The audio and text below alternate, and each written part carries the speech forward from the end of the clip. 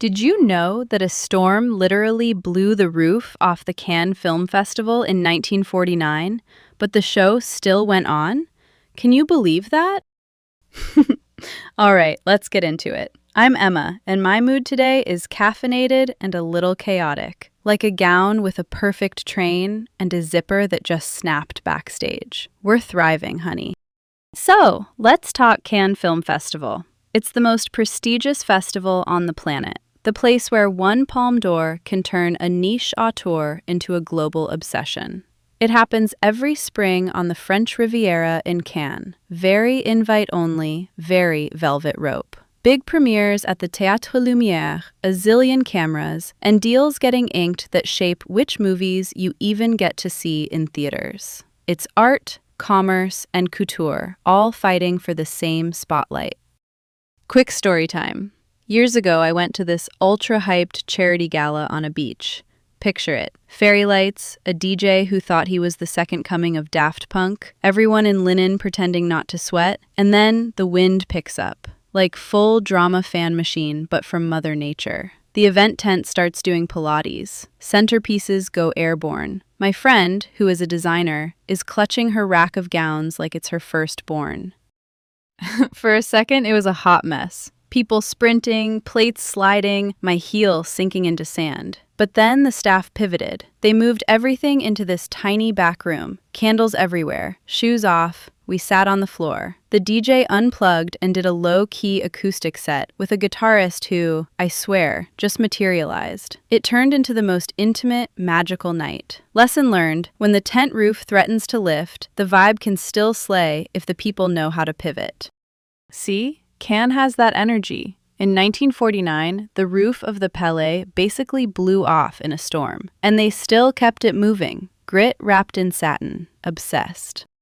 Okay, basics. Cannes is like the Oscars of film festivals, but instead of voting after the season, it sets the season. The top prize is the Palme d'Or, that golden palm that can bless a movie's global destiny. It started as an idea in 1939 when Jean Zay, who was France's Minister of National Education, teamed up with cultural heavyweights like Philippe Erlanger, a key organizer, to counter Venice's fascist-era bias. War shut it down before it really began. Then it relaunched in 1946 and never looked back. It's part of the Big Three with Venice and Berlin, and if you include Toronto and Sundance, you get the Big Five. But Cannes is the one that makes distributors drool. There's the Marché du Film, which is the giant film market where producers and buyers hustle. It's where careers, and occasionally reputations, get made or unmade over espressos and very pointed smiles. Important people time. Jean Zay, I mentioned, set the moral compass early. Philippe Erlanger, the cultural administrator, did the heavy lifting to get the festival born. Fast forward, Maurice Bessy, who became general delegate in the early 70s, did a crucial glow-up. He created selection committees so politicians couldn't strong-arm the lineup. That was huge for artistic independence.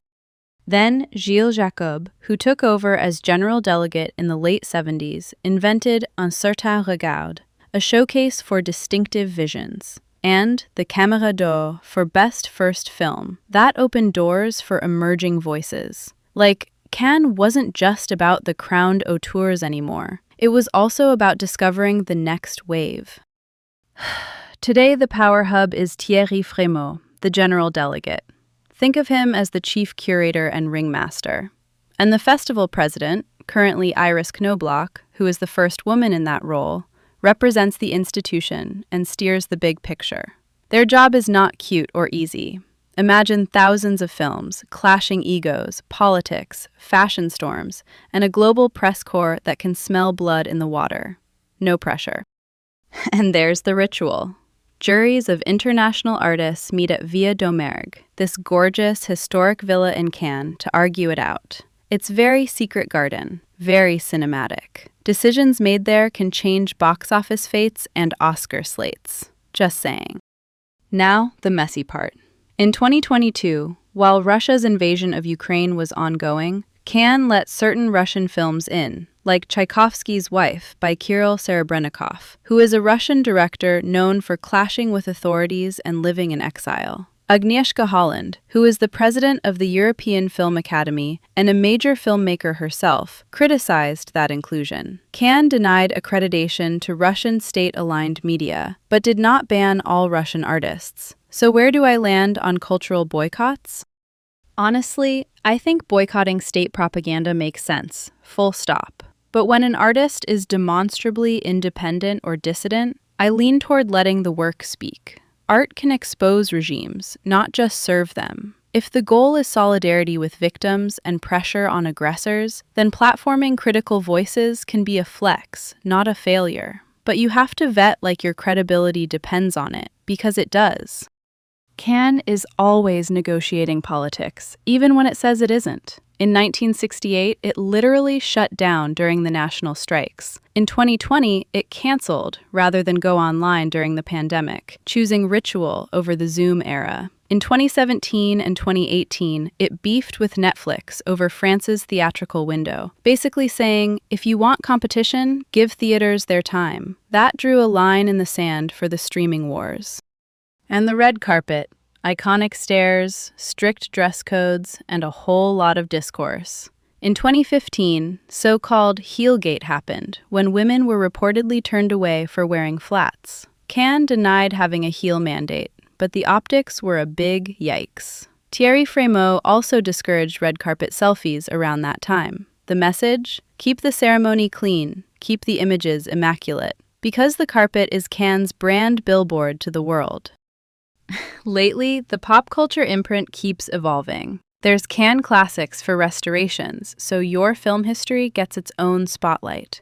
Cannes Immersive launched in 2024 for VR stories, because cinema keeps shape-shifting. And in 2025, a record 45% of films were directed by women. Progress moves like a French train, not an American subway, but I will take it.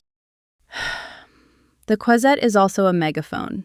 In 2025, the death of Palestinian photojournalist Fatima Hassouna, who appeared in an acid selection documentary, drew official condolences from the festival and outrage across the industry.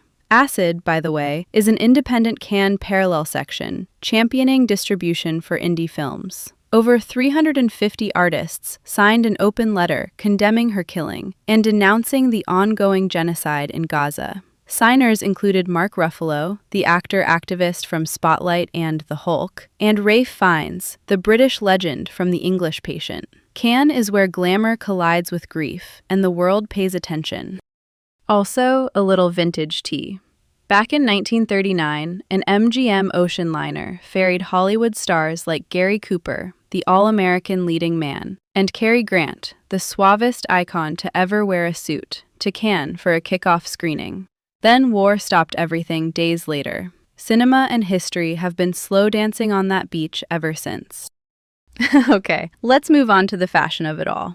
The staircase is a performance. Dress codes can feel extra, but the spectacle drives headlines, which drive deals, which fund films. That's the ecosystem. I love the art, I grimace at the rules, and I live for the moments when a movie no one saw coming walks out with a prize and a distribution deal by breakfast. Next, we've got a tease. If Cannes is the couture gala of festivals, Sundance is the parka and boots indie summit in the snow. We're hitting that next time, from hype to heartbreak to who actually gets bought.